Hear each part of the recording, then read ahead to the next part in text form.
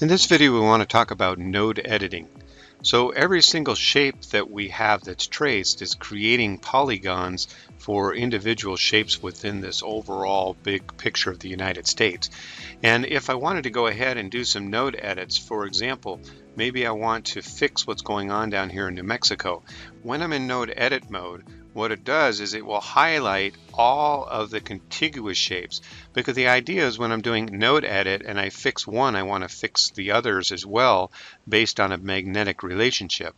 Yes, you could go ahead and select independently by going to select, picking a shape, picking another shape, and going back to node edit that way, or just picking an individual shape and node editing.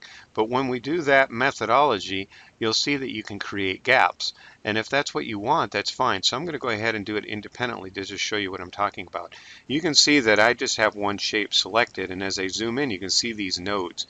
If I drag this shape and these nodes and I do something like that, you can notice that it's not changing the shape of New Mexico. And typically what you want is, if you're fixing one shape, you'd want the other shape to pick up those changes so that they're kind of tied together magnetically. So most of the time what you're going to do is you're going to be in node edit, because when you're in node edit, when you select something, you want it to grab all corresponding shapes, so that if you change this shape here, it's going to go ahead and change the other shape with it, and you can see how now both of those are being dynamically changed. All right, let me go back and undo here. The other things that we can do inside are these new functions that you're seeing on the left-hand side. We can add nodes, we can remove nodes or delete them, we can go ahead and move them, or we can do this one here, which I call the combined node edit. The combined node edit lets you do all three things by just pointing and clicking. So for example, I'm zooming in here and I'm looking at New Mexico, and I have an extra node that it traced when it did the initial trace. All I have to do is hold my shift key down without letting go. I click on that node, it removed the extra one. To move it, I just focus on a node and I literally just drag it into the position that I want.